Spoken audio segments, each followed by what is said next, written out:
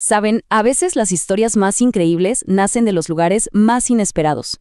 Hoy vamos a hablar de una de las marcas de autos más audaces del mundo. Y no, su historia no empezó en una sala de juntas con un plan de negocios perfecto.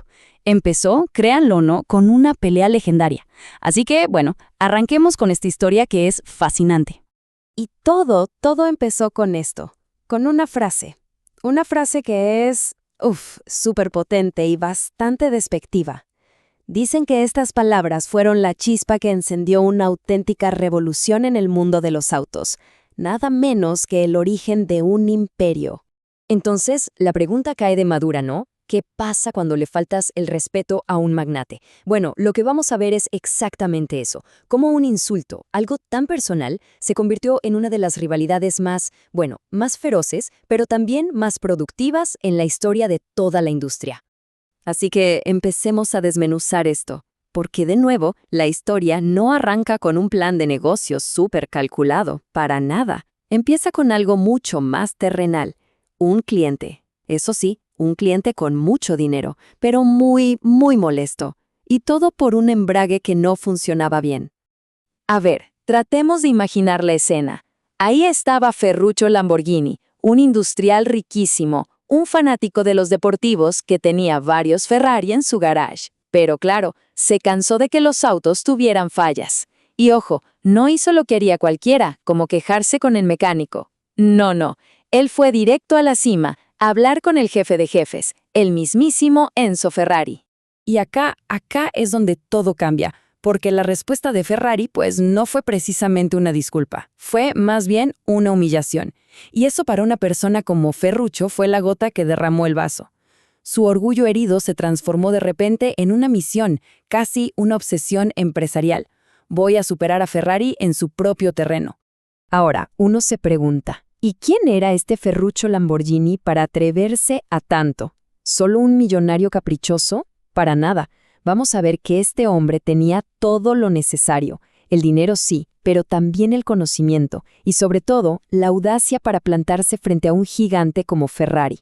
La verdad es que su historia es increíble.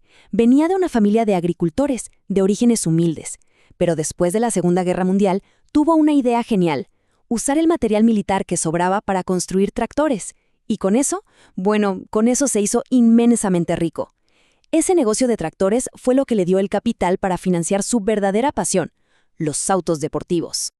Y aquí está el punto clave, el detalle que quizás Ferrari no vio, tal vez lo subestimó, pensó, es solo un tipo que hace tractores. Pero no, Ferruccio era un mecánico brillante, un genio de la ingeniería, sabía de maquinaria, de motores, entendía todo a la perfección. Y esa era su arma secreta. Eso le dio la confianza para decir, ¿sabes qué? Yo puedo hacer esto, y lo puedo hacer mejor. Entonces ya tenemos la fórmula completa. La motivación, ese insulto, y los medios, todo el dinero del mundo. El siguiente paso era casi inevitable, ¿no? Y es aquí donde la cosa se pone seria.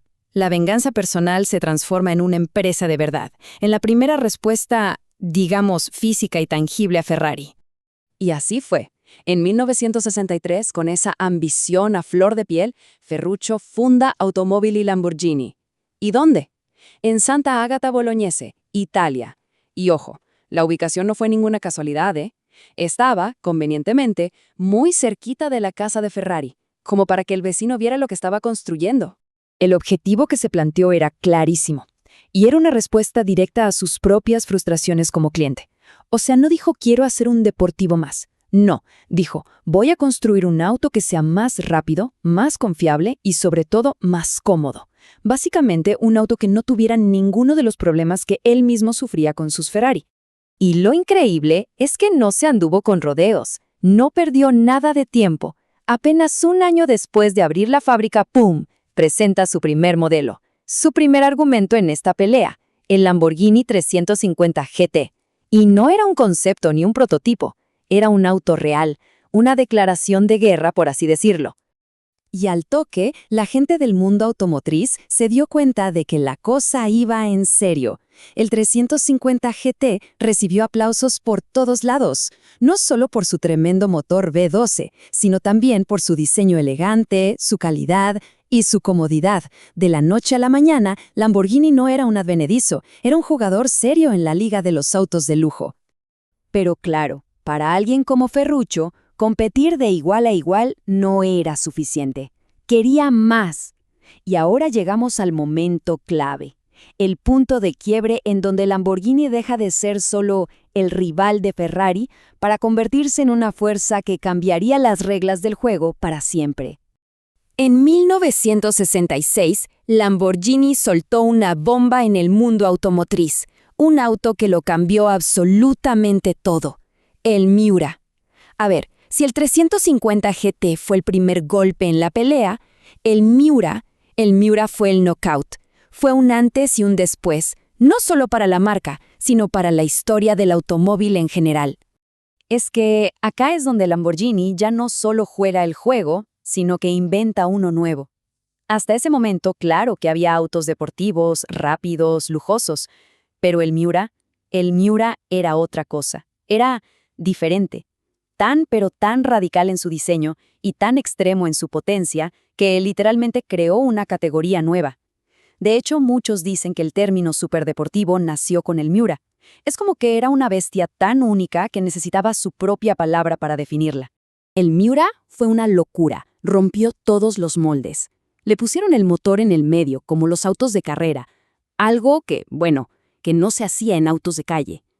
Y a esa bestialidad mecánica la envolvieron en un diseño que es, hasta hoy, considerado uno de los más hermosos de la historia.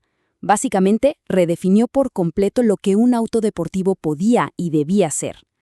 Y este cuadro lo resume perfecto, porque aquí se ven las dos filosofías, los dos mundos. Para Ferrari, el corazón de todo eran las carreras. Los autos de calle eran, en cierto modo, una forma de pagar por la competición. Para Lamborghini, en cambio, la historia era otra. El auto de calle era el objetivo. Era la obra de arte final, la máxima expresión de audacia, de diseño radical y de potencia sin límites. Bueno, ya vimos cómo nació la leyenda, pero ¿qué pasó después? Avancemos un poco para ver cómo esa identidad tan fuerte, tan rebelde, logró sobrevivir incluso a su propio creador y a décadas de puros cambios para consolidarse como lo que es hoy. Porque la historia no fue siempre un camino de rosas. A pesar de que los autos eran un éxito rotundo, llegaron los años 70, y con ellos, la crisis del petróleo, la inestabilidad económica, y todo eso le pegó muy duro a la empresa. Ferruccio, que quizás sintió que ya había logrado su meta, que ya le había demostrado al mundo de lo que era capaz, tomó una decisión drástica. Vendió la compañía y se retiró.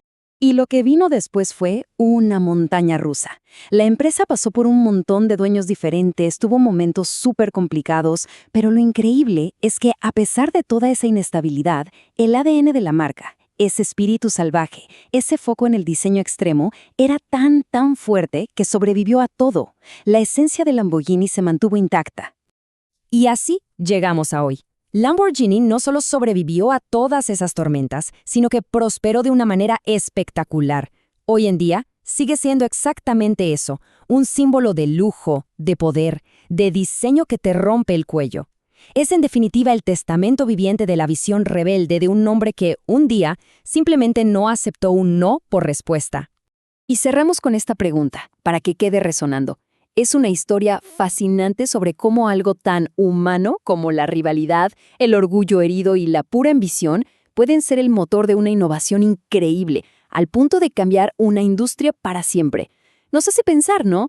¿Cuántas de las cosas más espectaculares que nos rodean nacieron en realidad de un simple conflicto personal,